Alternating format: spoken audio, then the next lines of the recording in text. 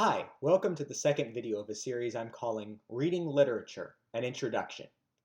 This series is meant as a basic guide to the art of reading literature. It's intended mainly for people who are intelligent, educated, interested in reading more literature, but don't tend to read a lot in their ordinary lives, or don't tend to read a lot of literature, I should say, in their ordinary lives. Maybe the type of person who says things like, I really want to read more Shakespeare, or man, I really wish I had read Crime and Punishment and knew what that was all about. The type of person who just would like to have more literature in their lives. Uh, I think that the world of literature can be often quite overwhelming for somebody who isn't initiated heavily into it. And the goal of this series is really to make that not so overwhelming, make it easier and more accessible to more people so that you can enjoy the benefits of literature without having to be confronted by as many obstacles as you might encounter if you went into it on your own without any sort of previous guidance being provided. I think that reading literature is a worthwhile pursuit. That's why I'm encouraging you to do it. And I think it's a worthwhile pursuit for you to undertake at any point in your life, at any stage, at any time. But I think it's especially something that people can pursue now when a lot of people are unfortunately out of work and stuck at home because of the COVID-19 epidemic. I think that taking the time that you're stuck in your house to download some uh, ebooks off of Project Gutenberg or another website, or take a book off a bookshelf that you've had for a while and have meant to get started on, and take this time, make the best of a bad situation, and start getting into the benefits and pleasures of reading literature. So last time in the previous video, and if you haven't seen that video, I recommend watching it first, and I'll have a link to it in the description of this one. In that first video, I talked about what literature is and why it is worthwhile to read it. And now in this section, which is probably going to be made up of 3 or 4 videos because there's just a lot of material that I'm going to try to cover and break down and make more simple or simpler for you, is these next 3 or 4 videos are going to cover what is out there in literature. What are all of these works, and how do I break it down and make sense of the 500 or 1,000 famous great works of literature? My goal is to take the sort of overwhelming world of possibilities that you might encounter when you think about reading literature and make it simpler and more approachable and digestible so you can have a better concept of where should I start? If I like this, what else might I like? What are good things that might be valuable to read, but something that I should maybe save till later after I've read some other more approachable works? That's what I'm going to try to accomplish in the next 3 or 4 videos, to answer those questions and to make this uh, complexity of all of the literary works that have been written over the centuries and in different styles and forms and different places and different authors, take all of that complexity and make it simpler so that you know how to approach it when you start reading works on your own, or when you continue reading works on your own if you already are reading a lot of literature. So in this particular video, I'm going to talk about specifically the issue of literary form. That is, in what format, in what way is the work of literature being presented to you? In the last video, I talked about how literature is a sort of recreation of reality. It takes components from the real world and assembles them into the author's created world.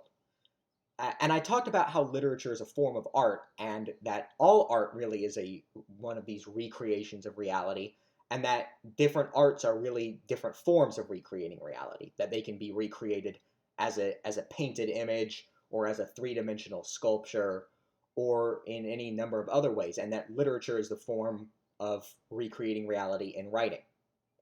But then when we say, okay, literature is recreating reality in writing, we can get more specific and break it down into different ways of showing this created reality in the written word.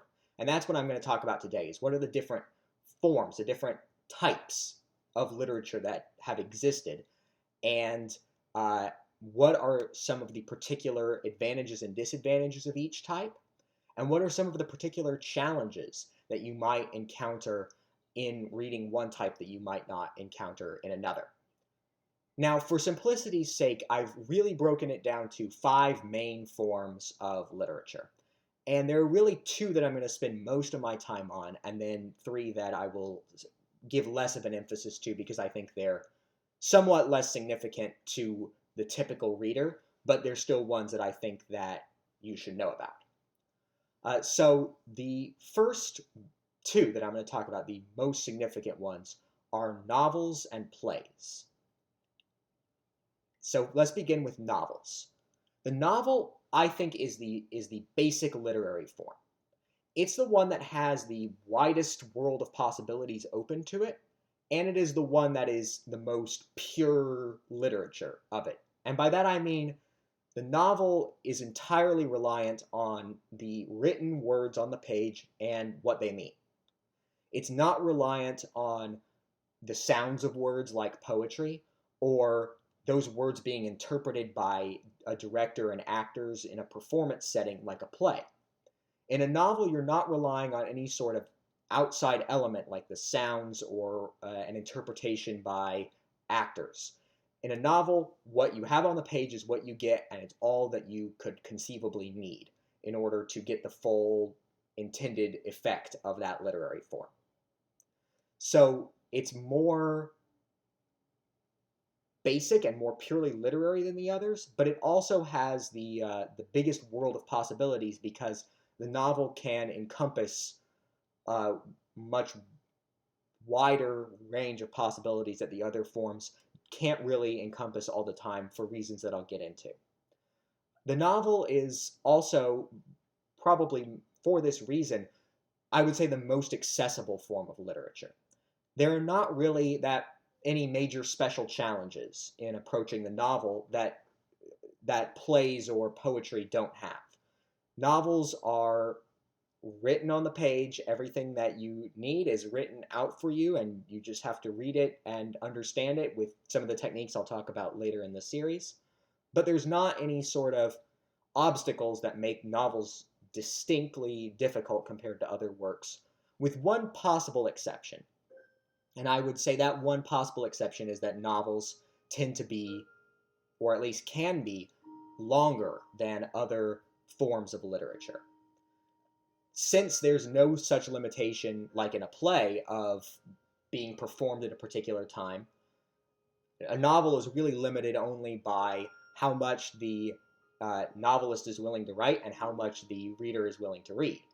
Some of the greatest novels in literature are over 500 pages or over 1,000 pages even long.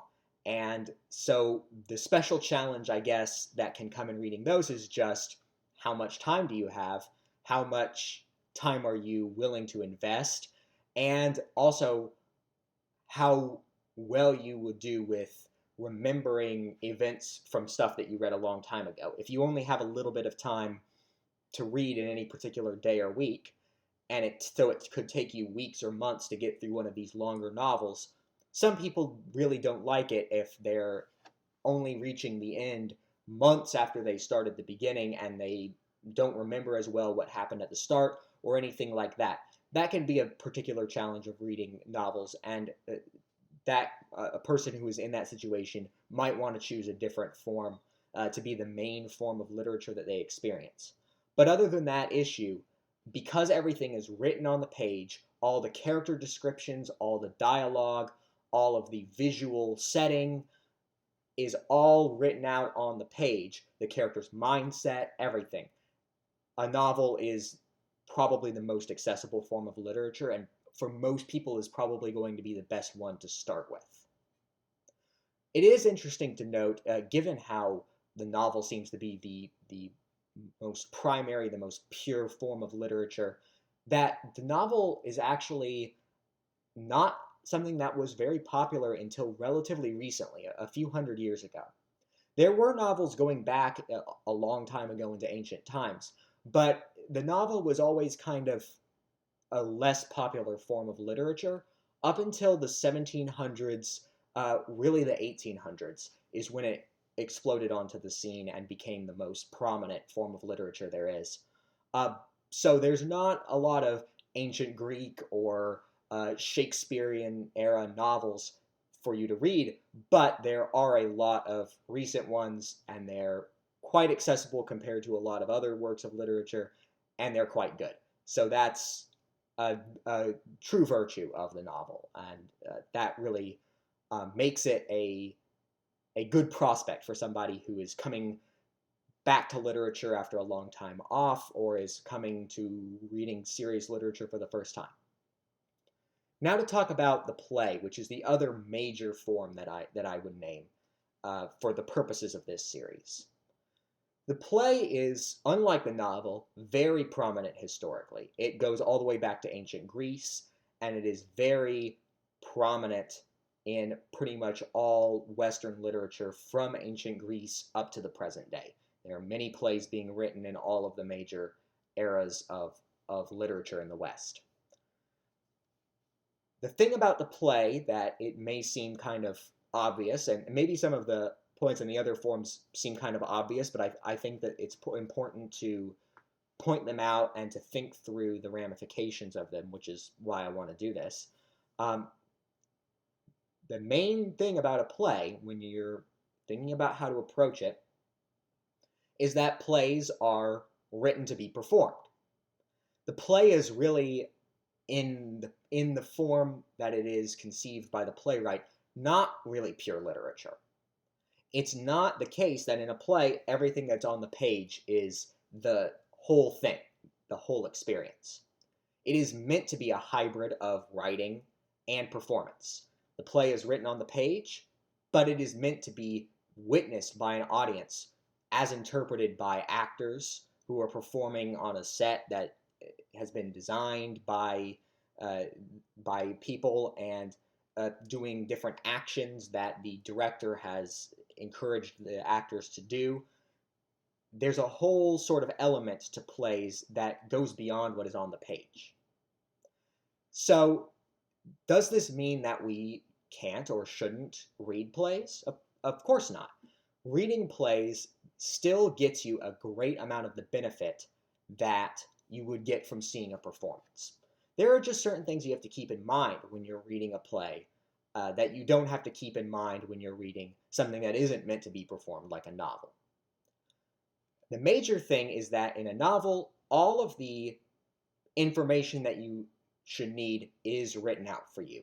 With a good writer, it is written out in explicit detail.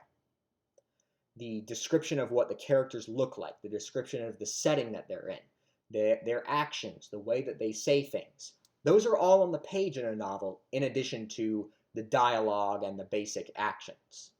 In a play, a lot of that is not on the page and is sort of up to the interpretation of the director when they put on the performance. A play definitely contains all of the dialogue, as in the script. It shows the lines that each character has. And often the play script also includes some information about the characters and the setting and the actions that people are taking. But it doesn't try to be as comprehensive as a novel, because the play script is primarily a guide for the performers to explain to them how to actually put on the full performance in the form of the stage play. So when you're reading a play, you have to keep this in mind, and you have to sort of use your imagination more than you would with a novel to fill in the blanks of what is going on in terms of description, in terms of how a character is saying something. Are they excited? Are they sad? Are they sarcastic? And in terms of how you think the character is acting while they're saying something. Are they moving around? Are they crying? Are they jubilant? All of these elements have to be sort of interpreted in by the imagination of the reader when you're reading a play. Another challenge that is somewhat lesser in importance, but that does come up in reading primarily older plays, like plays written before about 1800 mostly, is that a lot of older plays are written in poetry. Most famously, Shakespeare. His plays are written mostly in iambic pentameter, but most older plays are written in poetry. And if you are a person who runs into stumbling blocks with poetry, this can be an additional challenge in reading some of those older plays. And I will talk more a little bit later in this video and more even in a future video in the series about how to overcome some of those challenges when you're approaching poetry. Now, plays do have some distinct benefits as well that novels don't have. I've said that there are all of these challenges to reading plays, but plays can in some ways actually be more approachable than novels. And the main one goes to what I said was one of the drawbacks of reading novels. Novels can be very long. Plays, on the other hand, have a pretty hard limit on how long they can be. Because a play is meant to be performed, it's meant to be acted on stage and seen by an audience, it can really only be a certain maximum length, the maximum length that actors are going to be able to carry out and that an audience is going to be willing to sit through, which realistically, although there are a few exceptions, is somewhere in the range of about 5 hours, and even that is pretty much on the long end. So what this means is that in contrast to a novel, which particularly if you're a busy person, might take you weeks or months to get through, a play is something that you can read in an afternoon or two, which means that you can get the full picture of a story in a much shorter time and take the whole thing in and then spend some time thinking about the whole thing as a whole, and then get on to reading something else that you're interested in a much shorter span of time. This cap on the length of a play also means that a play is usually much more streamlined and focused, which should make it easier to follow for the audience. Because a play has a limit in terms of length, and because a play has to be written in language that is straightforward and clear enough for the audience to understand it just by hearing it and seeing it, rather than reading it on the page where, when you're reading a novel, if you encounter something that is a little confusing to you, you can go back and reread it until you understand. When you're watching a play, you can't hit rewind on the actors, so you have to be able to grasp it on first listen. And playwrights keep that in mind and usually try to keep things simpler in plays than they would in novels. So a play is more streamlined due to the length and due to the fact that the audience has to be able to understand by hearing.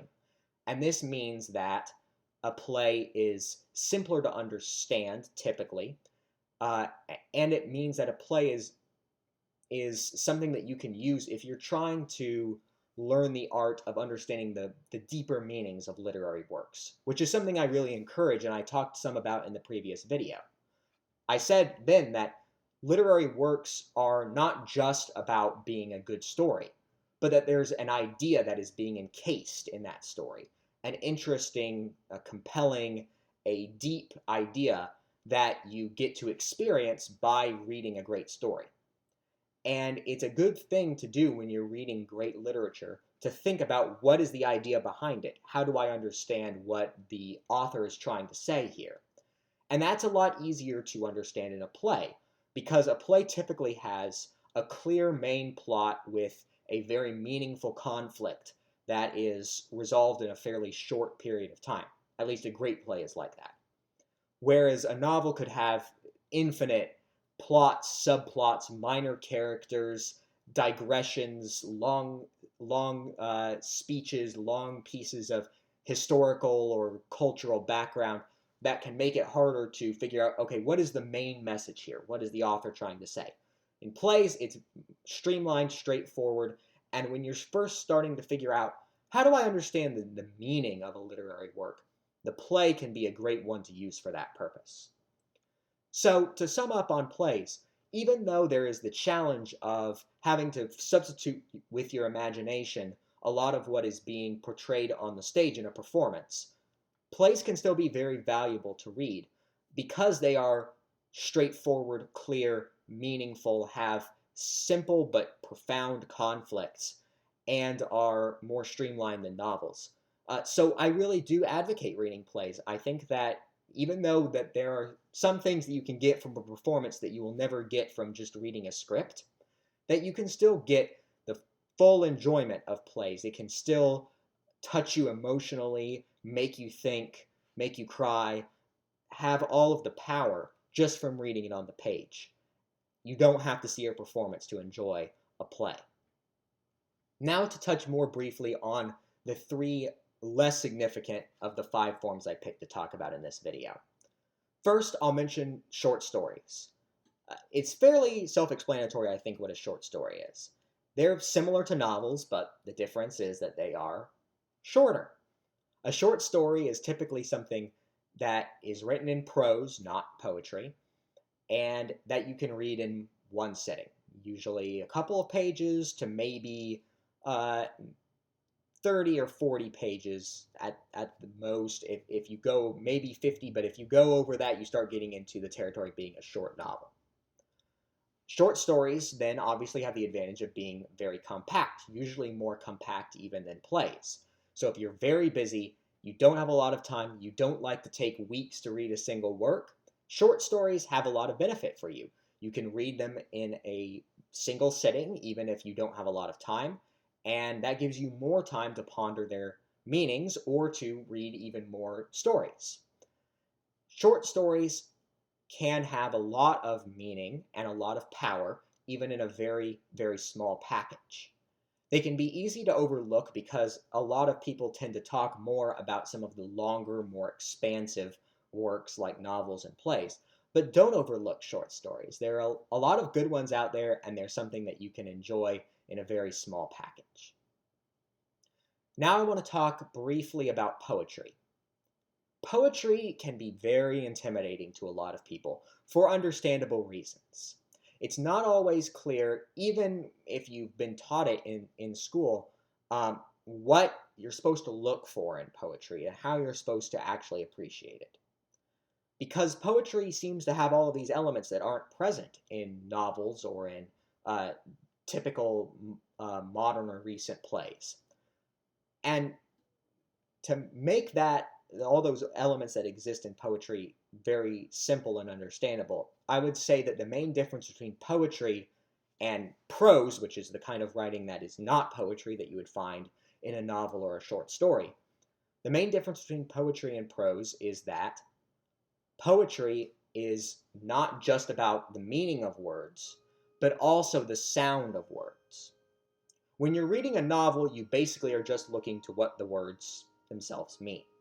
When you're reading poetry, you certainly are looking at what the words mean, but also you're listening to the rhythm, to the rhyme, to the alliteration, to the way that the words sound in conjunction with each other. And this can make poetry more powerful and more meaningful in ways that prose can't. The way that a rhyme hits when it's expected or when it's unexpected. You expect a rhyme and you get one, or you might expect one and you get a different one. You get us into a certain rhythm, and maybe it fulfills itself in a satisfying way, or maybe it changes in an unexpected way. There are all sorts of nuances to the way that the sounds of words in poetry can affect your understanding of their meaning and can affect your appreciation of what is going on in a work of literature.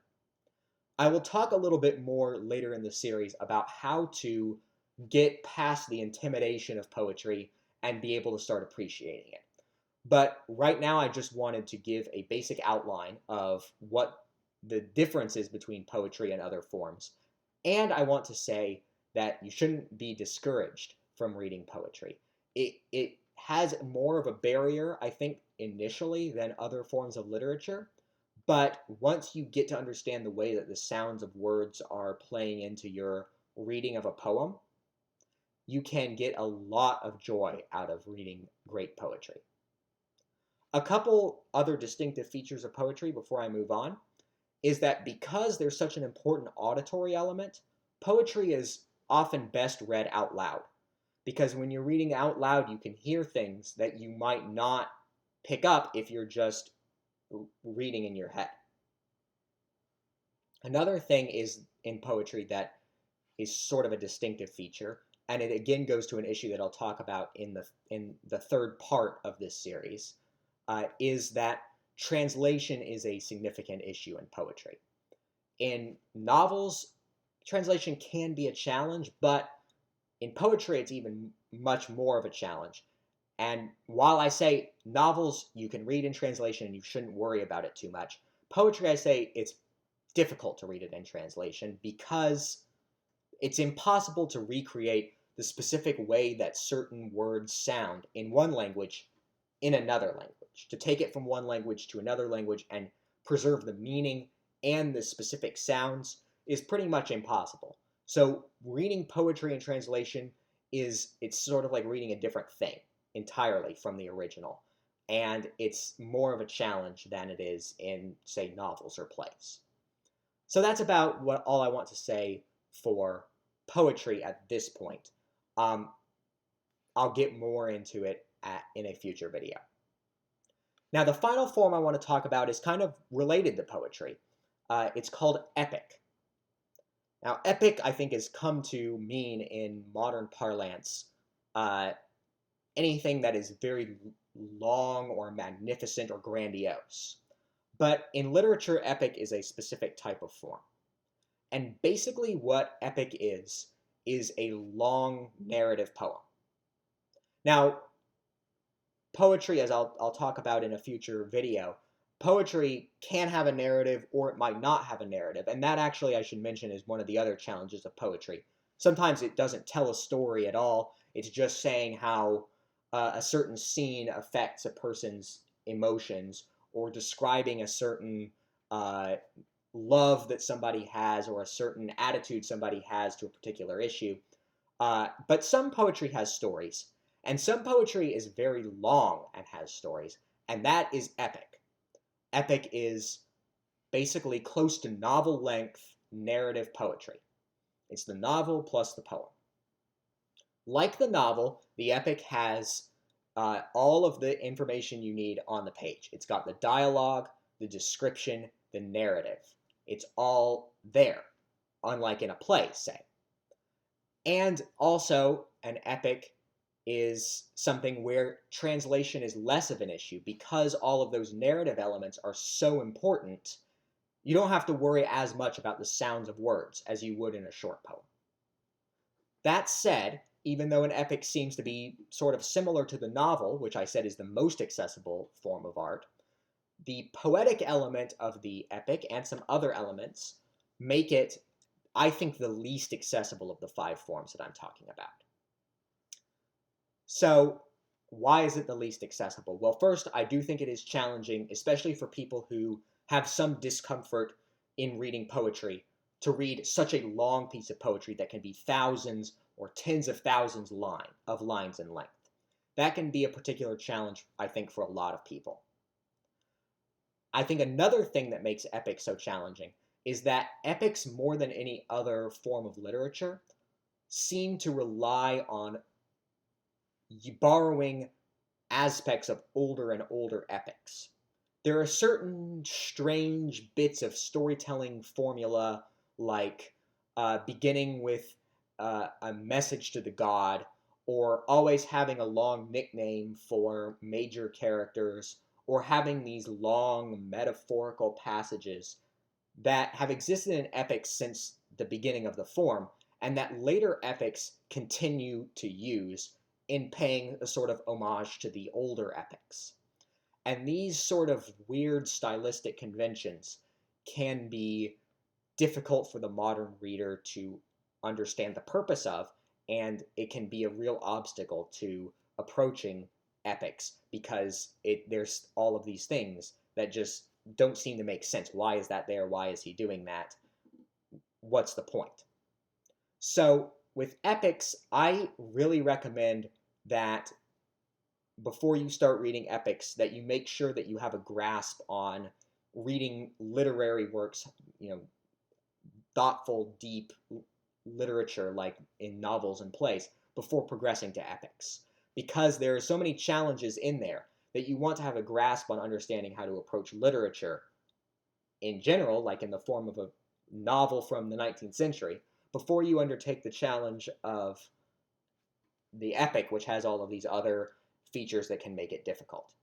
However, once you are confident in literature, I really do recommend reading epics. I think that they can provide a great joy for somebody who knows how to approach and understand them. Some of my favorite works are epics. It's just that there are specific challenges that one should understand before starting to read these particular works. So now that I've talked about these 5 forms, that brings this video pretty much to a close. We've talked about how literature can recreate reality in several different ways. And I think it helps to break down all of the complexity of literature to say, okay, there are certain works that are done in this way, and those are novels.